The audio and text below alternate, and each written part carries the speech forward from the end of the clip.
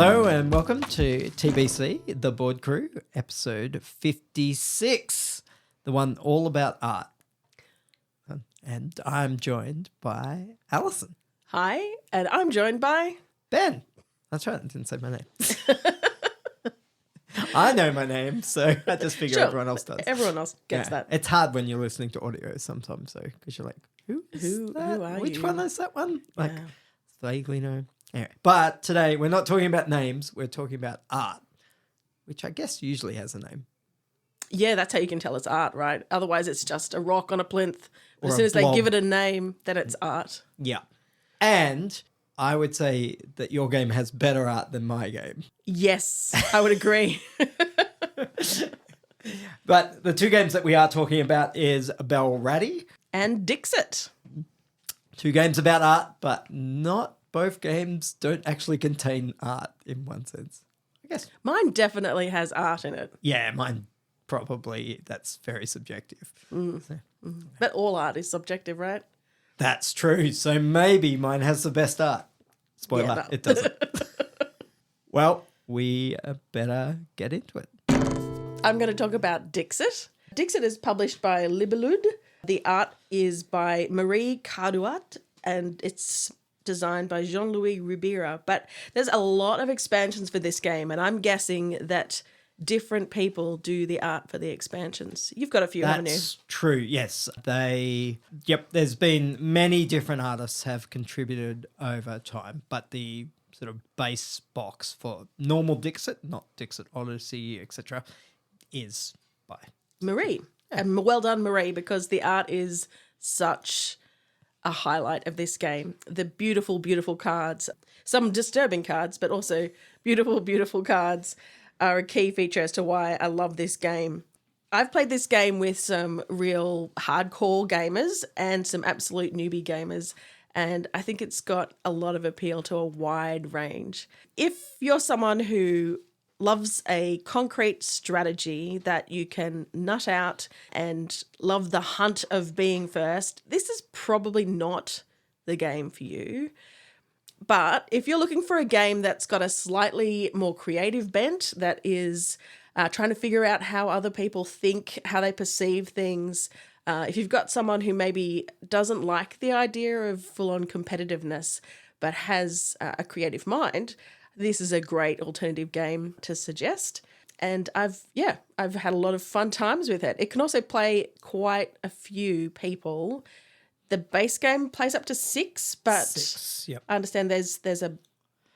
Dixit Odyssey, if you could get your hands on it, went up to 12. So there's rules for playing with 12. You've got to kind of hack together some of your own pieces to make 12 player from the base books. But the game handles 12 if you can, like, get your own bits. I usually use dice instead of the little bit. Like, give everyone a 12-sided die and then you can pick from 12 pictures. It says it's from 3, but I'd say Dixit probably shines from at least 4 people and up. Yeah, I agree. 3 players is a bit dull. Even 4 is okay. Not the best. But 5 and 6, that's... When it really starts to get fun. Yeah. Yeah, so the core element of Dixit is everybody gets a handful of cards that one person gets to pick one of their cards and choose one prompt. That prompt can be limited only by your imagination. That's true. It could be a word, could be a song, a person, a place. Interpretive dance. And yeah, popular choice. Yeah. Who doesn't want to do an interpretive dance?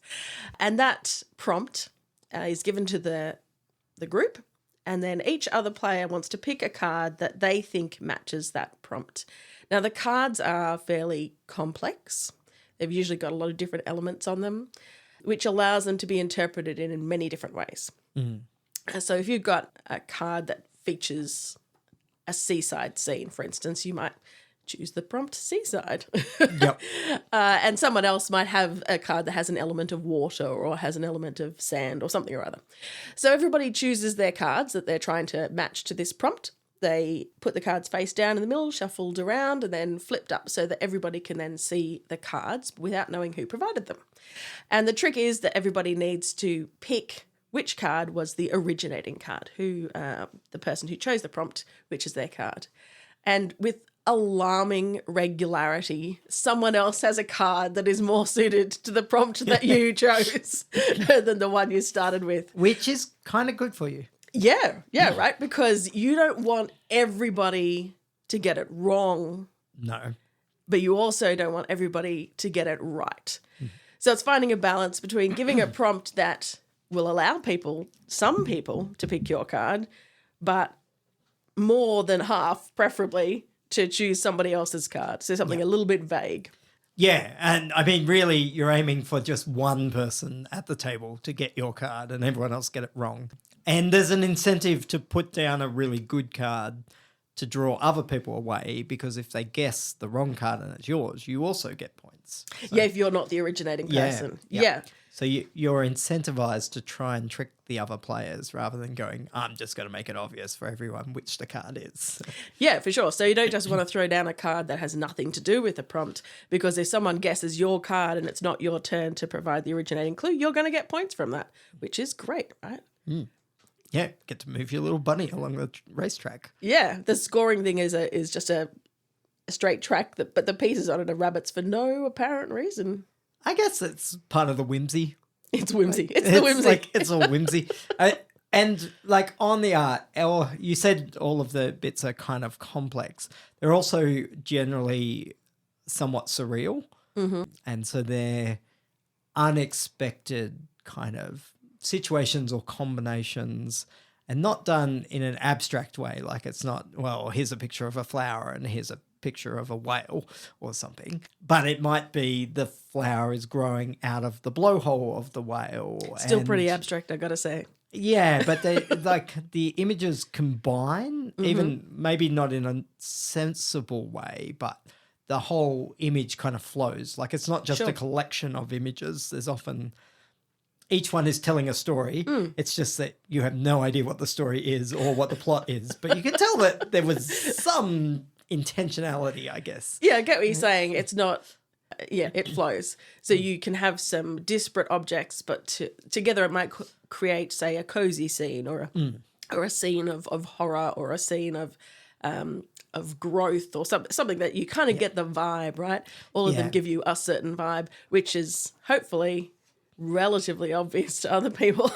Well, and the plus is because they are often layered with multiple different sort of meanings, bits and themes and particular bits that might catch your eye or draw your attention.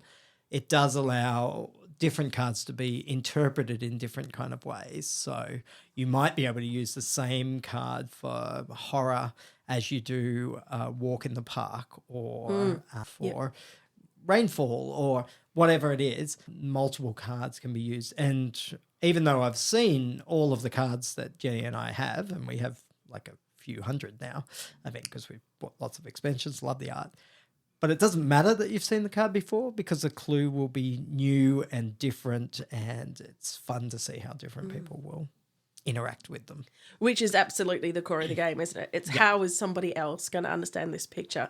And actually, to me, one of the funnest parts of the game is afterwards everyone's shown what their card was, and you're like, so tell me, why is that fish riding a bicycle answering my prompt of circus to you? Like, what was it about it that made you think that? And you're like, no, that doesn't. You are a crazy person. Why would anybody think that?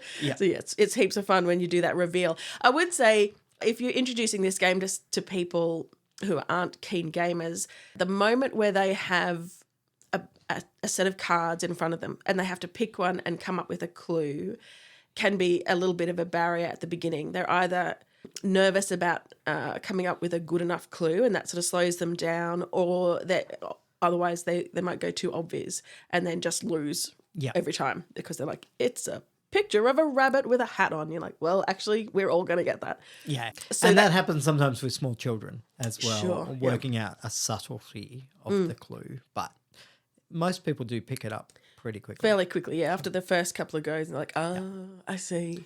So maybe a little bit in the explanation, we go, here's a few cards, here's some things that you could have said for those cards. I think that makes all the difference. But once you've got over that, I just think it's a really refreshing change of game to do something that isn't managing your resources or fighting in space. You have 5 actions. Yeah, move these cubes. Yeah. We're all fantasy wizards and we would like to. Yeah, we are going on a quest. Yeah. How many times have you lain awake thinking of trading in the Mediterranean? Tonight, we're going to let you do that. What's that? You need some sheep? Yeah. Amazing. Shock me. Yeah. Look, I would say when I'm teaching this to new gamers, and we've had real success in showing this to people that have never played any board games before and they've loved and enjoyed it, I just manage the scoring.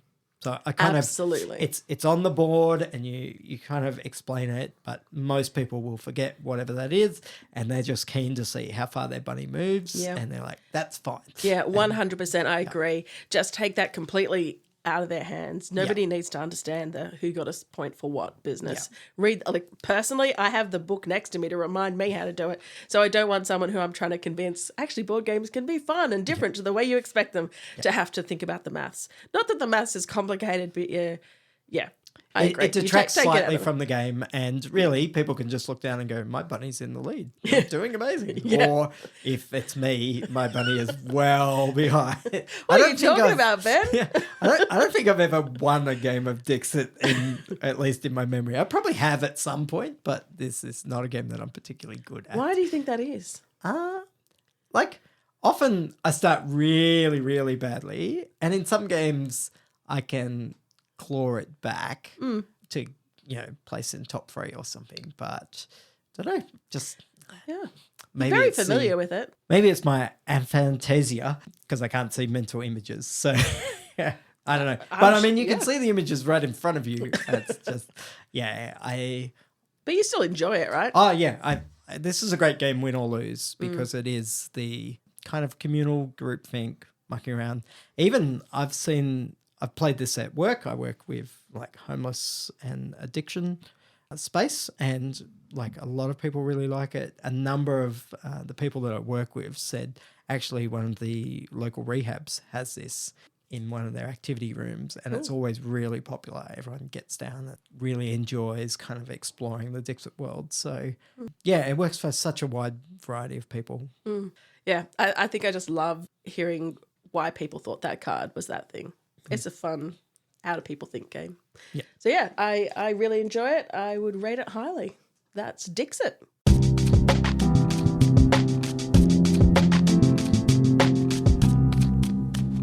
Next up, we're going to talk about Belratti.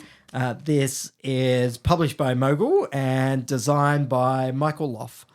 And to give you an idea of how important the art is in this game, the artists are not credited in the rulebook or the front of the box, but in the back of the box in little letters, it's got like 9 artists credited. I mean, I'm not sure why all 9 of them needed to draw stuff, but anyway. Maybe divide and conquer. Maybe it was divide and conquer. Belratti is a cooperative game, and the theme is that you are a bunch of artists and a bunch of museum curators, and you need to put on an exhibition. But the famed art forger, Belratti, the rat, is trying to sneak forged art into your exhibit, and that would be devastating for you as both artists and museum curators to allow the forgeries to get through. Deeply embarrassing. Yeah, Curse obviously you, Belratti. damage your reputation whatsoever.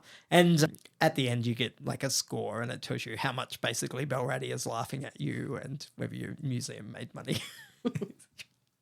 So basically how it's going to work is each person will be given a card at the start, and that will say whether you're a cat, who is a curator of the museum, or an owl, who is a painter for the museum. And they'll change each round. You kind of shuffle them around so that everyone gets chances to be cats or owls.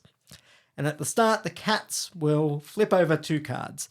These are the almost exact opposite of Dixit cards. Whereas Dixit cards are complex and colourful and evocative, Belratti cards are simple. So it might be a picture of a sponge, or a Walkman, or a bicycle, or a tram or a plane, a fork, whatever. It's an object. They will always be a noun.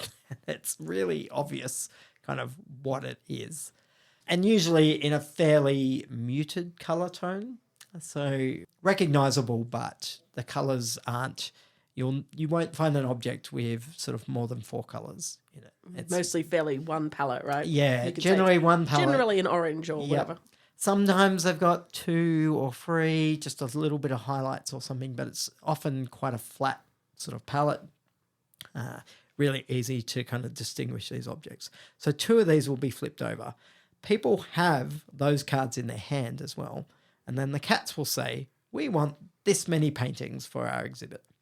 The owl players will then look at their hands and they have to choose cards and put them face down into that exhibit that they think matches one of those 2. So let's say Alison's a cat and there's a bicycle and there's a birthday cake. Something, and she might go, I need you to come up with 4 pictures for me to add to this exhibit.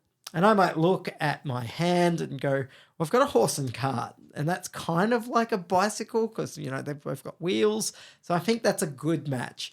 And then I might have a glass of champagne, and I'll be like, well, you could have that at a birthday, so that's a good match as well. And then I might have a compass, and I'm like it's round like the bicycle wheels, and it's got some like pointy bits on it. So I'm going to say that's like an average match. And I might have, I don't know, a spoon. Something. I'm like, maybe that's a match with the birthday cake. Because you could use a spoon to eat a birthday cake, but it's probably not the first thing that you would think of. So I'll tell everyone, the other owls will say, I have this many good, this many average, this many bad, but they won't. We can't show each other each cards. We can't explain why they would be good, bad, or average. After we've decided which paintings we're going to put in, and that'll be by someone will go, okay, Ben, you can put in your 2 good ones. That's fine. We don't want your average or your bad ones. Get there out of it. Yeah. Right. Someone else might put in a good and someone puts in an average. They get shuffled up, and then you add a number of cards from Belratti. Usually it's free, but it depends sort of on the difficulty that you do. Just sort of randomly selected, Just right? taken off the top, never even look at them. In they go, shuffle up, deal out all the cards face up. Now it's a cat's turn to match each image to the particular exhibit, whether it was bicycles or birthday cake, and weed out Belratti's fakes. Should be easy, right? Definitely. But, we flipped up a tire. Or maybe we flipped up a plate or a party hat. And so it can be really interesting how often Belratti scores. It's actually quite a hard game because if you put something and you put it next to the wrong exhibit, you don't get to score the points for it. Belratti only needs to get 7 paintings into your museum before you have to kind of close in shame. And the maximum score you can get is, if you get 30 plus. I've never gotten 30 plus at all. That's Belratti. He's so cunning. Belratti is a sneaky, sneaky rat. Mm-hmm. There is some special powers you can use for various things, like you can flip over and allow the owls to draw a new hand, or you can remove one of the exhibits and put in a new one, or one of the more powerful ones is you can point to one painting and go, is this your painting? And all the owls can answer yes or no. And obviously that's a very quick way to figure out whether it's Belratti's or not. It's just a lot of fun. It's similar fun in the way that Dixit is, because it's like, why did you think the compass matched with the bicycle? And you're like, oh, well, it's got spokes on it and it's round and they're almost the same color. Like the compass is kind of coppery and the bicycle was that red copper. And people are like, oh, yeah, didn't get that at all. Or there's a computer mouse and someone put in a ferret or something. And they're like, well, like a mouse is a mammal and the ferret is whatever it is. Yes, and the fact that you just have, well, depending on the number of players, you might have 5 to 9 cards in your hand when you're choosing a owl, and you're like, I have to make some of these match those themes. I don't get to choose from a giant stack. Can be really difficult, but yeah, just that interaction with people. It does have the advantage, I think, over Dixit in the sense that no one's ever on the spot, right? Like in Dixit, it's like your turn to do a clue. And sometimes you can have people go, oh, with Belratti, it's kind of like, let's work together. What do you reckon this one is? Yeah. Do you have anything in your hand? No. Okay, well, that's fine. People have the option of basically opting out. Like, there's absolutely nothing in my hand that's ever going to match this. Yeah, I can't do anything. Well, this one's so bad. Yeah. And everyone can kind of join in. Well, not the owls, but all the cats get to join in the discussion of which one goes where. And the owls just kind of have to cover their faces to not let anyone work out what's happening. There's no balance between the two themes, is there? Like, No. you don't have to get a certain number of matches against the birthday cake. And No. So you could have all of them end up matching the bicycle and none match the birthday cake. And somehow I feel which one is the curator again? The cat, Cats, right? yeah. As a cat, I think there's a subconscious tendency to be like, well, there must be some. There must be some that are the other theme, and that can lead to bad choices. Yes, because you're like, well, we put all of them on bicycles, right? Yeah, Surely, that but the can't owls be had no idea what the other owls were putting Yeah. in, so they might just all put on bicycles. But then so can Belratti.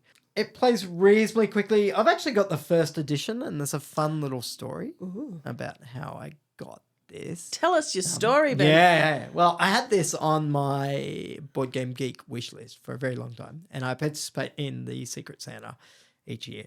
And, I'd played the German version a long time ago. Friend Aos had a copy, I think it was, and played with him. And Jenny was like, that's awesome. And I was like, that is awesome. We went to Essen later. We couldn't find it in Essen. Never saw it in Australia. We're like, oh, well, one day we might get it. And I just had it on my wish list going, and with a little note going, you probably won't, but if you can get me a copy of this would be great. Anyway, got a box with Belratti in it from my Secret Santa with a little note that said, I couldn't find it because it was out of print. I wrote to the publisher and said, could I get a copy of Belratti for my Secret Santa? And they went, we don't have any English versions left. We'll put in some English rules. So it's got printed out English rules. For the audio listener, they can't see, but Alison can see. Yeah, they look official. They have a printed big out, sheet of like, English word rules. But for it the is game. just kind of on standard paper, right? Like in the sense of in comparison to... Yes, it's not as glossy as what you might expect. Yeah, and they have the other rules in.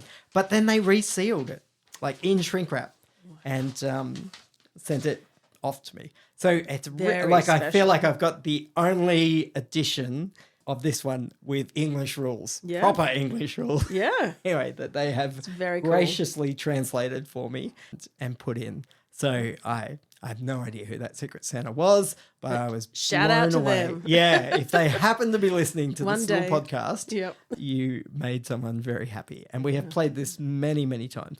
There's now...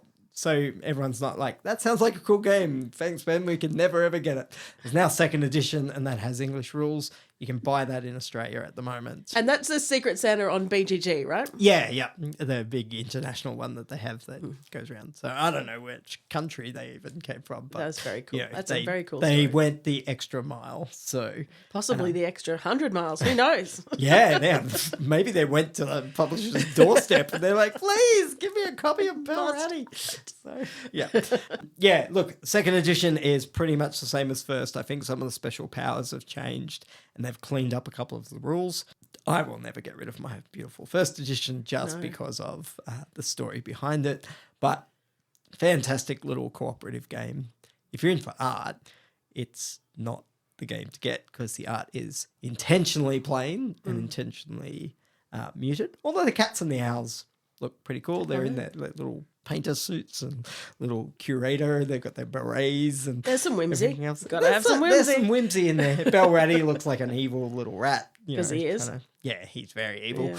I think what I find interesting about Belratti is if you play it with different people more than once, a few times, everyone plays this game differently. Yes. And then you play in another, we've played it a number of times here and then gone to I feel like we've played it at conferences or something. Yeah, for sure. And you've got a whole nother group that's suddenly playing, and they're like, "Oh, don't you like always put things that are the same color in the like average match or something?" You're like, "No, that's not a rule. Where did that come from?" Like, so it's really, I find that quite interesting. Seeing how the different people approach metagaming it. that sort of builds up over a group and that shared language is really interesting. But then breaking that by going with a new group. And you're like, "Oh, this did not work at all." It's a bit like in Dixit, there can be some. You might see something that matches a particular book or a movie or something. You're like, aha, I know that half of these people are not going to know that. Yeah. I can make a reference to this artist or this novel or something or other. Song lyric that, only people that listen to my kind of music are going to have any idea. These people who are 20 years younger than me are not going to get my reference. Perfect. Yeah. It's a fun little angle. I'd highly recommend Belratti.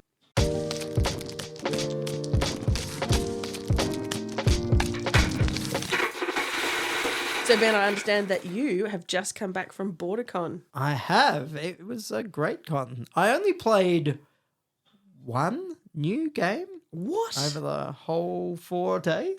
Future Ben here. I actually ended up playing 2 new games, but I forgot about one of them. Sorry, Sonia. Thanks for teaching me that cool little game, even if you did win. So I played 2 new games at BorderCon.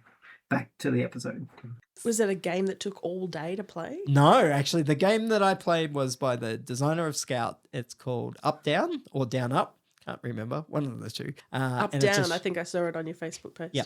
And you're just shedding cards. Interesting thing of like, it's sort of similar to Scout in the fact that you can't rearrange your cards, but the way you can't rearrange them is vertically.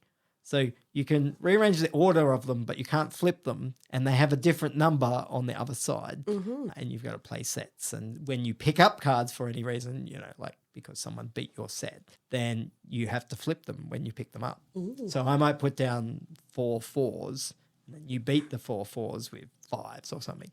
I pick them up, and now I've got like a 1, a 7, an 8, and a 2. I'm like, none of these even match.